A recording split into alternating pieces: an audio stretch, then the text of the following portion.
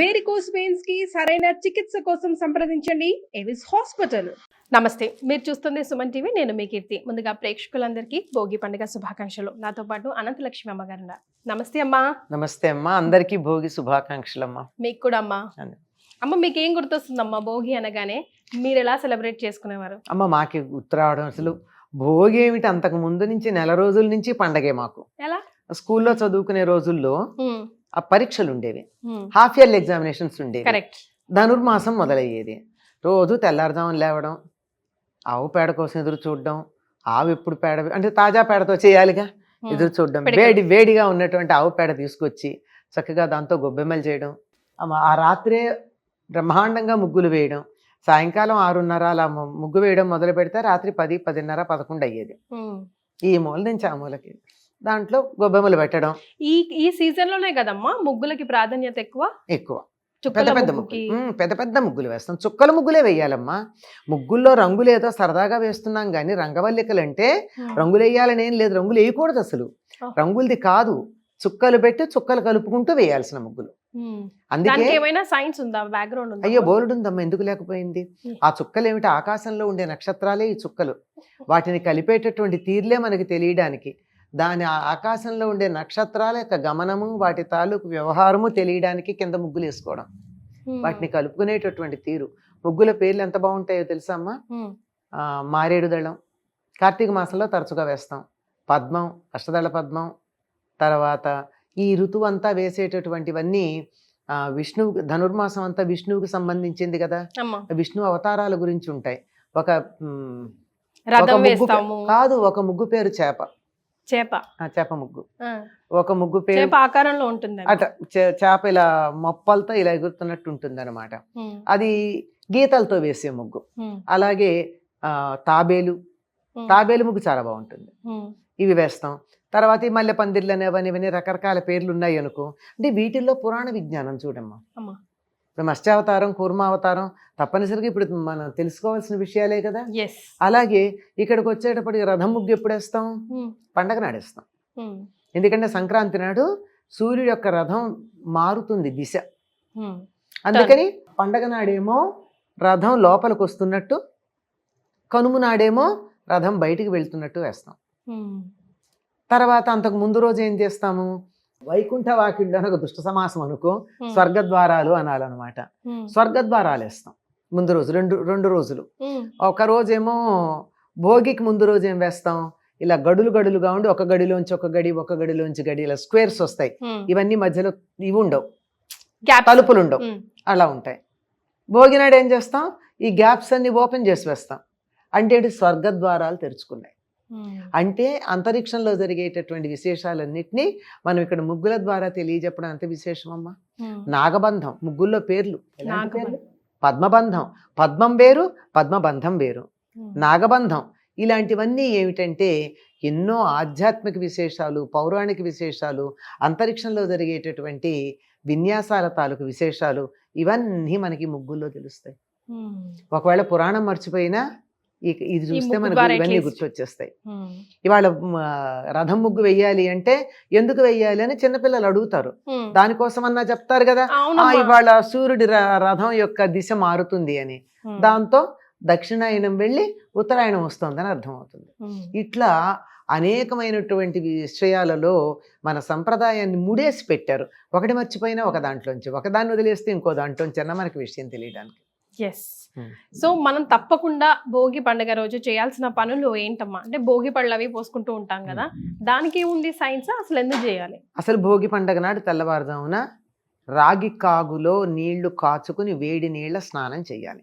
పూర్వం రాగే ఉండేవి, పైగా ఆ రోజు బాగా నువ్వుల నూనె రాచుకుని ఒంటికి లోపలికి ఇంకేదాకా, ఆ పైన నువ్వుల పిండితో ఒళ్ళు రుద్దుకుని తలకి కూడా బాగా నూనె పెట్టుకుని, ఎంత పెట్టుకోవాలమ్మా నువ్వుల నూనె?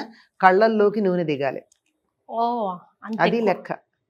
అరికాళ్లల్లో నూనె రాచినా బాగా, మాడు మీద బాగా ఎక్కువ నూనె పెట్టుకున్నా కళ్ళల్లోకి ఆవిర్లు వచ్చేసి నూనె దిగుతుంది. అంటే కంటి చూపు ఎంత బాగుపడుతుందో ఆలోచించండి. ఆ విధంగా నూనె రాచుకుని శుభ్రంగా వదిలేటట్టుగా ఈనాటి షాంపూల్లాగా రసాయనిక ద్రవ్యాలు కాకుండా కుంకుడుకాయ, షీకాయ ఇట్లాంటి వాటితో శనగపిండి పెరుగుతో కూడా రుద్దుకుంటారమ్మా, ఆ రెండు కలిపి. అలా ఉన్న జిడ్డంతా వదిలించుకుని సూర్యోదయానికన్నా ముందే తలంట్లు అయిపోవాలి. ఇది కంపల్సరీ కదమ్మా, కంపల్సరీ. First rule. మొట్టమొదట ఈ రోజే కొత్త బట్టలు కట్టుకుంటారు, ఈ రోజే చక్కగా పిండి వంటలు చేసుకుంటారు, ఈ రోజే భోగి పళ్ళు పోసుకుంటారు. ఎందుకంటే ఇది ధనుర్మాసం చివరి రోజు అయిపోయింది కదా. ధనుర్మాసం మర్నాడేమవుతోంది, మకర సంక్రమణమై మకర మాసం మొదలవుతుంది కనుక ధనుర్మాసం చివరి రోజున గోదాదేవి రంగనాథుని వివాహం చేసుకుంది గనక ఆనాడు భోగి, ఆవిడకి అది భోగం, అందుకని భోగి. ఈరోజు పిండి వంటలు అంటే ముఖ్యంగా బియ్యం పిండి వంటలు చేస్తాం కదా, అరిసెలు, కొత్త బియ్యం వస్తాయి కదమ్మా, కొత్త బియ్యం కొత్త బెల్లం వస్తాయి, నువ్వుల పంట వచ్చేసి ఉంటుంది, ఇంకా అపరాలు రావు, ఏవి కందులు పెసలు మినుగులు లాంటివి రావు. ఉడికే మనం వాటి పచ్చివి తెచ్చుకుని తంపటేసుకు తినడమే తప్ప పూర్తిగా రావు కదా. అంచేత ఈ నువ్వులు వచ్చేస్తాయి కనుక బియ్యము నువ్వులు బెల్లముతో కలిపినటువంటి పిండి వంటలంతా చేసుకుంటాం. అరిసెలు, నువ్వులద్ది, అలాగే జంతికలు, ఇవి 6 నెలలు ఉంటాయమ్మా తాజాగా, కొత్త బియ్యం కదా, ఆ బియ్యంలో జిగురు ఉంటుంది, దాంతో చేసిన 6 నెలలు నిల్వ ఉంటాయి. అంటే అన్నిట్లో కూడా నువ్వులను యాడ్ చేస్తున్నాం ఇప్పుడు మీరు చెప్పలేదు, దానికి ఏదైనా రీజన్ ఉంటుందమ్మా? మకర రాశిలో ప్రవేశిస్తున్నాడు కదా, మకరానికి అధిపతి శని, మకర రాశికి శనికి సంబంధించినటువంటి తృప్తి కలగాలి, అందుకని శనిని తృప్తిపరచడం కోసం తెల్లవారుదామున నువ్వుల నూనె రాచుకుంటాం.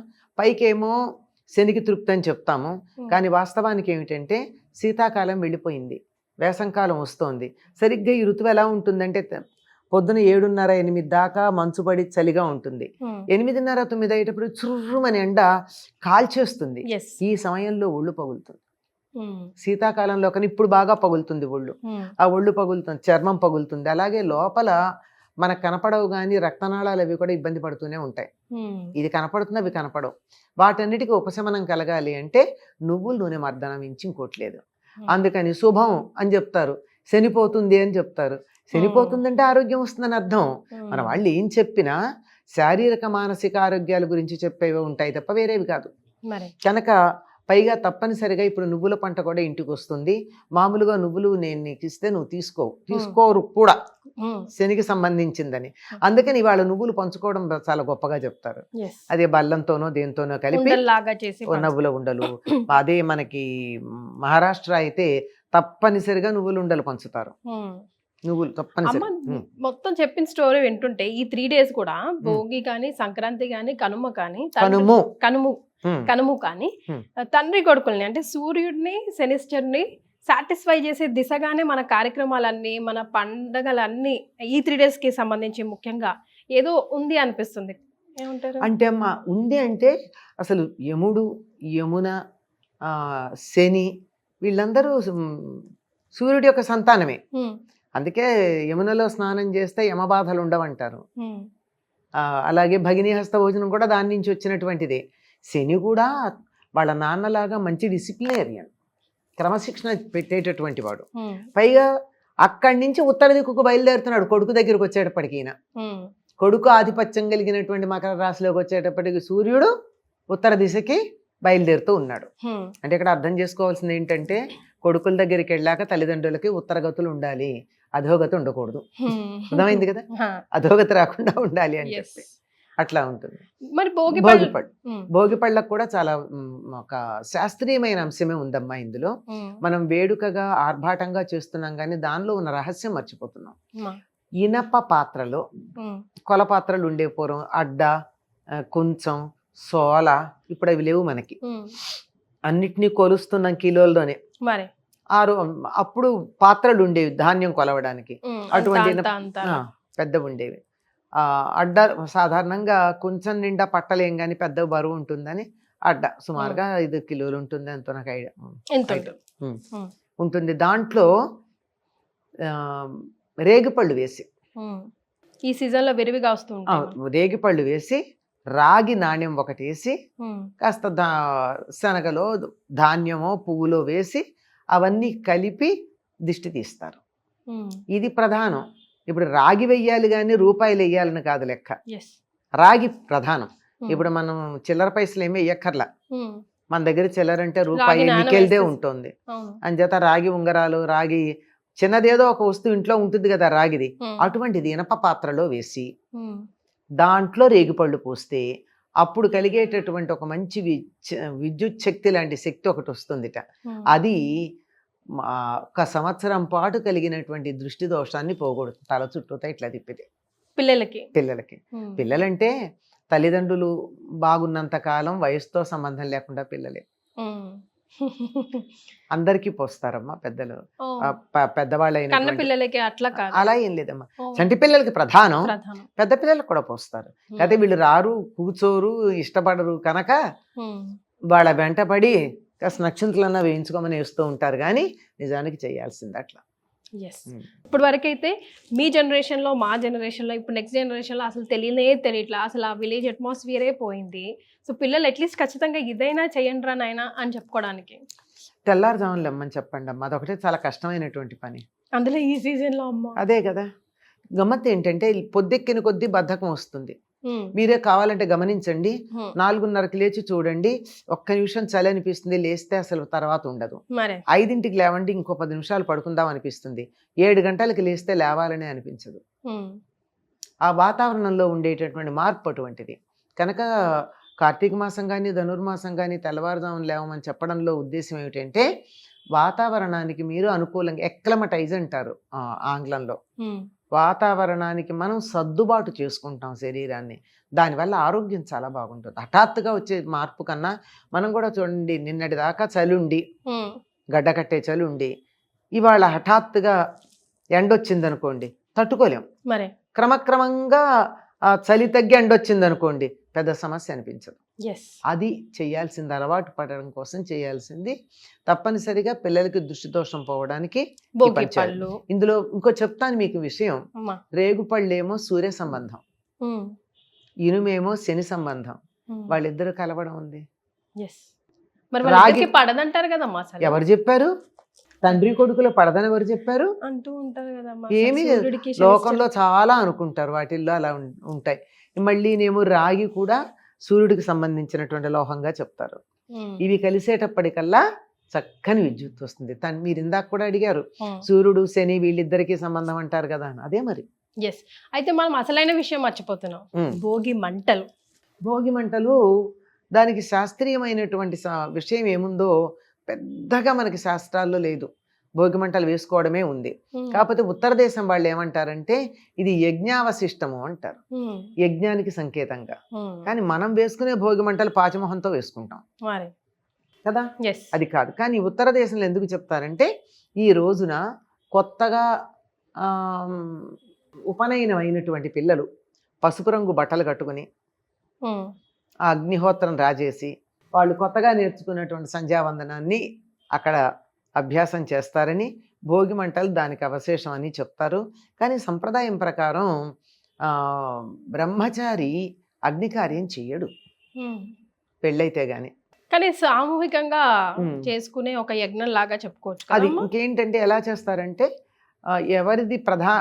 ఎవరు ఏ ప్రాంతంలో ప్రధానమైన పండగ చేసుకుంటారో ఆ పండగకి ఇళ్ళన్నీ శుభ్రం చేసుకోవడం, బాగు చేసుకోవడం ఉంటాయి కదా, అలా చేసుకుంటూ అక్కడ ఉన్నటువంటి ఆ చెత్త చెదారం అంతా తీసి భోగి మంటలో పడేస్తూ ఉంటారు. సో ఇది భోగి పండుగ విశేషాలు. మరొకసారి భోగి పండుగ శుభాకాంక్షలు. అందరికీ కూడా ఈ భోగి భోగప్రదాయకమయ్యి అందరూ ఆనందంగా ఉండాలని కోరుకుంటూ భోగి పండుగ శుభాకాంక్షలు.